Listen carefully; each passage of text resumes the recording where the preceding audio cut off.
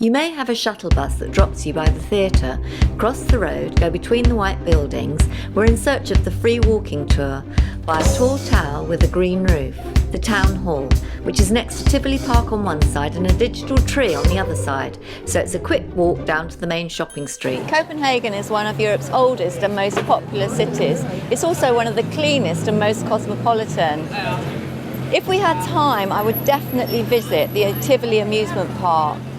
Walt Disney saw it and based Disneyland on it. Michael Jackson offered to buy it, and the Beatles and Jimi Hendrix have appeared there. It's a pretty cool place. Incidentally, Tivoli, spelt backwards, is I love it.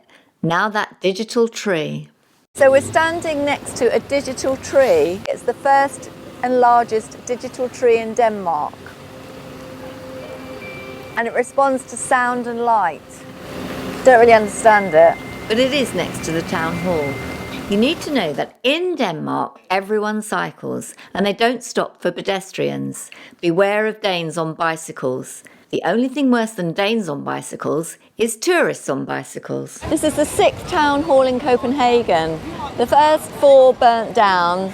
Copenhagen is probably well known for fires. This was the 5th town hall, now the courthouse. This is the 6th. And the man that you can see up there is the bishop. Has a sword in one hand and a mitre in the other, and he was a very aggressive killing machine. We're inside the town hall in Copenhagen. We're just waiting for our free walking tour. We've been out in what I thought was a torrential rainstorm, but the Aussie guide says it's just a passing shower, so we're going to be fine. The guide on the walking tour is hilarious. It's a great choice. It's free, you just pay with tips. Behind me is the house of J.C. Jacobsen, who started the Carlsberg Brewery. Look at how the corner has been cut away. So it's not a sharp right angle. It's been built on the side of a house that burnt down. The house behind me survived one of the many fires that Copenhagen has. You can tell because it's got 90-degree angles on the corner. The hoses folded on those sharp corners when pulled round the right angles and the water flow stopped. The newer houses have been made round so that the water flow from the hoses no longer stops when it folds. Just learnt a new word in Danish called hygge, which means cosy, warm, friendly, just like this lovely cobbled street.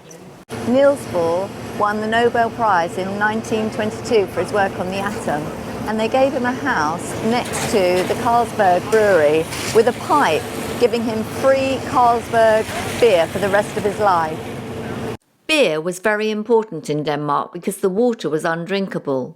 J.C. Jacobsen was a brilliant chemist who made the water drinkable as beer.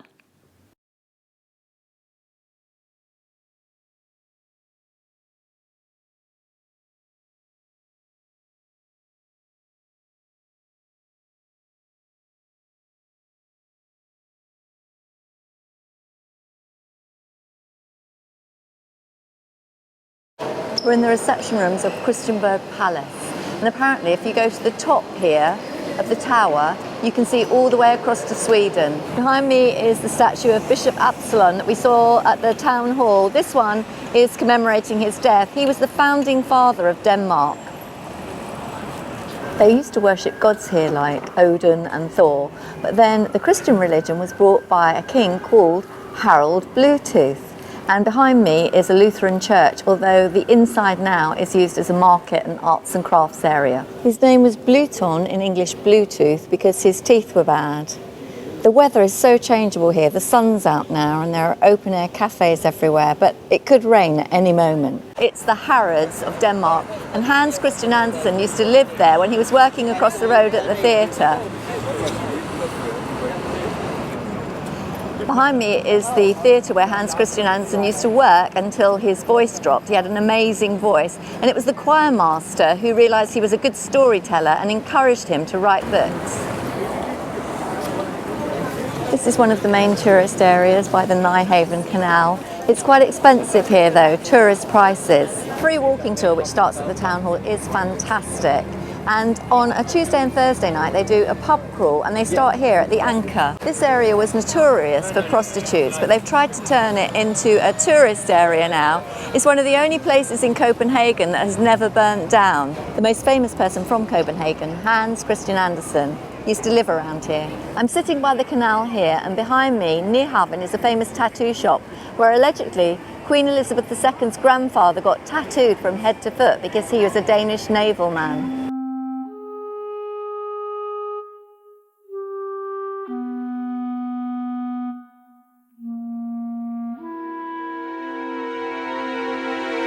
Fire-breathing dragons. There's a kindergarten behind this church, and this is where the children of the Danish royal family go to school. They go to a state school. This is the statue of P.E. Hartmann, who was the great-grandfather of Lars von Trier. Behind me is where the King and Queen of Denmark live, and they can often be seen strolling around the grounds. The guards have loaded weapons though, and they are allowed to use them. So we just did a great walking tour with Jared, and we met him at the town hall. So Jared, tell us about your free walking tours. We're a collective of guides that works here in Copenhagen. We're roughly about 26 guides at the moment. We do tours every day of the year, rain, hail, snow, occasionally sunshine, which doesn't usually happen, but occasionally sunshine. If you ever want to find us, go to copenhagenfreewalkingtours.dk. You'll see all our tours that we have listing. Brilliant. Thanks for joining the tour. Highly recommend it. Welcome to Antigua. They call this place a beach with an island in the middle. It's believed that one of Antigua's beaches is the only beach at which Queen Elizabeth II ever went into the sea.